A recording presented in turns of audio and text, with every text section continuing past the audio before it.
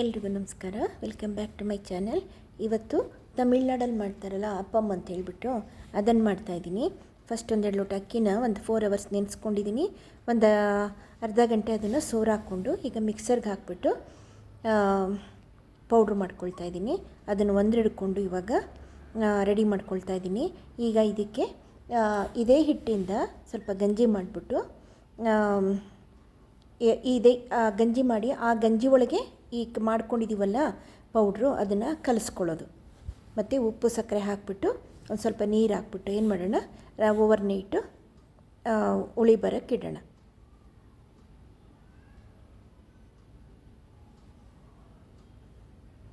ಗಂಟಿಲ್ದಂಗೆ ಕಲಿಸ್ಕೊಂಡು ಈಗ ಒಲೆ ಮೇಲೆ ಇಟ್ಕೊಂಡು ಅದನ್ನು ಸ್ವಲ್ಪ ಗಂಜಿ ಮಾಡ್ಕೊಳ್ಳೋಣ.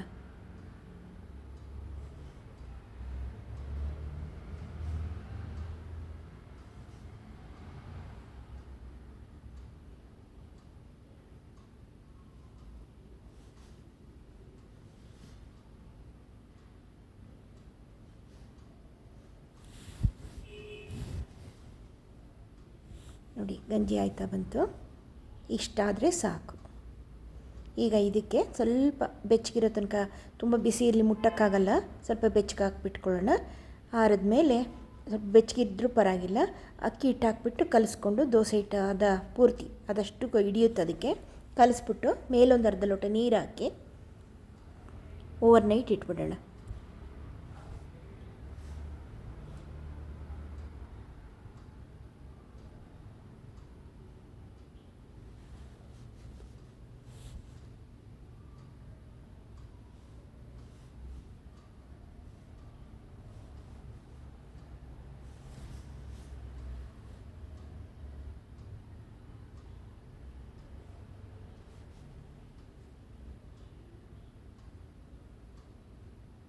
ನೋಡಿ ಆಯ್ತದು.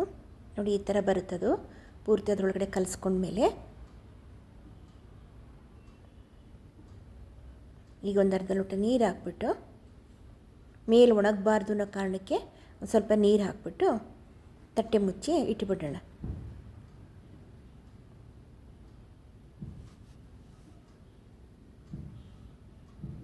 ಈಗ ಬೆಳಗ್ಗೆ ಎದ್ದು ಅದಕ್ಕೊಂದು ಸ್ವಲ್ಪ ಸಕ್ಕರೆ ಉಪ್ಪು ಹಾಕ್ಕೊಂಡು ದೋಸೆ ಇಟ್ಟು ತೆಗೆದಿಟ್ಕೊಂಡು ಎಷ್ಟು ಬೇಕೋ ಅಷ್ಟು ತೆಗೆದಿಟ್ಕೊಂಡಿದ್ದೀನಿ ಒಂದು ಪಾತ್ರೆಗೆ. ಅದಕ್ಕೆ ಈಗ ಇನ್ನೊಂದು ಏನು ಹಾಕಬೇಕು ಅಂತಂದರೆ ಒಂದು ಸ್ವಲ್ಪ ಕಾಯಿನ ಮಿಕ್ಸರ್ಗೆ ಹಾಕಿ ಅದ್ರ ಗಟ್ಟಿದ ಹಾಲು ತೆಕ್ಕೊಂಡು ಆ ಹಾಲನ್ನ ದೋಸೆ ಹಿಟ್ಟಿಗೆ ಮಿಕ್ಸ್ ಮಾಡ್ಕೋಬೇಕು. ನೋಡಿ ಚಟ್ನಿ ಆಯಿತು. ಚಟ್ನಿಗೆ ಒಗ್ಗರಣೆ ಹಾಕ್ಕೊಂಡು ರೆಡಿ ಮಾಡ್ಕೊಂಡಿದ್ದೀನಿ. ನೋಡಿ ಈಗ ಕಾಯಿ ರುಬ್ಕೊಂಬಂದಿದ್ದೀನಿ.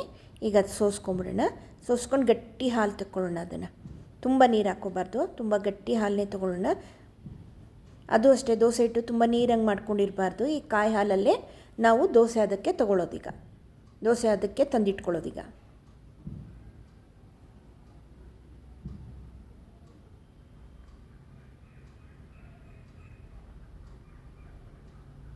ದೋಸೆ ಕಾಯಿ ಹಾಲು ಹಾಕ್ಕೊಂಡು ಈಗ ದೋಸೆ ಇದನ್ನು ಹದ ಮಾಡ್ಕೊತಾ ಇದ್ದೀನಿ.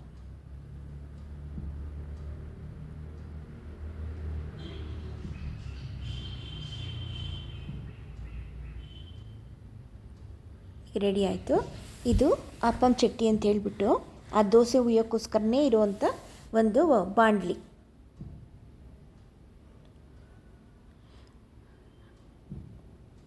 ನೋಡಿ ಈ ಥರ ಮಾಡ್ಕೊಳ್ಳೋದು. ಅದನ್ನು ಮಧ್ಯದಲ್ಲಿ ಗುಪ್ಪೆ ಥರ ಇಡ್ಲಿ ಥರ ಬರುತ್ತೆ, ಸುತ್ತ ದೋಸೆ ಥರ ಬರುತ್ತೆ.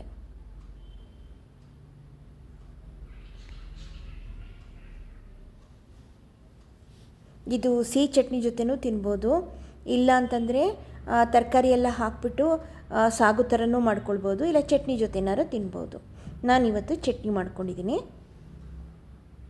ನೋಡಿ, ಇದನ್ನು ಒಂದೇ ಸೈಡ್ ಬೇಯಿಸ್ತಾರೆ ತಮಿಳ್ನಾಡಲ್ಲಿ. ನಾನು 2 ಸೈಡು ಬೇಯಿಸ್ಕೊಳ್ತಾ ಇದ್ದೀನಿ. ನಾನು ಅದನ್ನು ತೋರಿಸ್ತೀನಿ. ಒಂದು ಸೈಡ್ ಬೇಯಿಸ್ತಾ ಎರಡೂ ಟೇಸ್ಟ್ ಚೆನ್ನಾಗಿರುತ್ತೆ.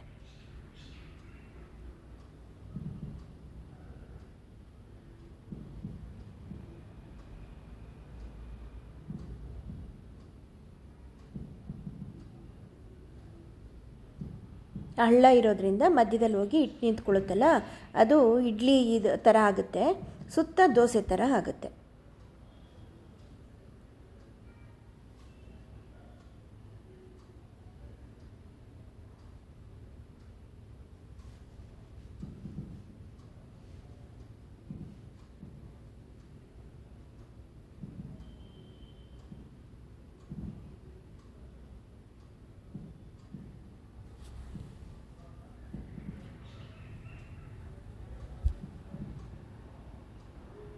ನೋಡಿ, ಟೇಸ್ಟ್ ತುಂಬ ಚೆನ್ನಾಗಿರುತ್ತೆ. ನೀವು ಟ್ರೈ ಮಾಡಿ ನೋಡಿ. ಇದು ಹಾಗೆ ಬೇಯಿಸ್ಕೊಂಡಿರೋದು.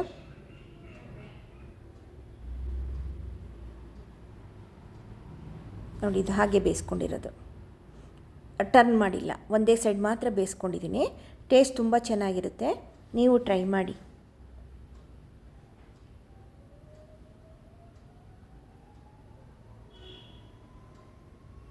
ಓಕೆನಾ?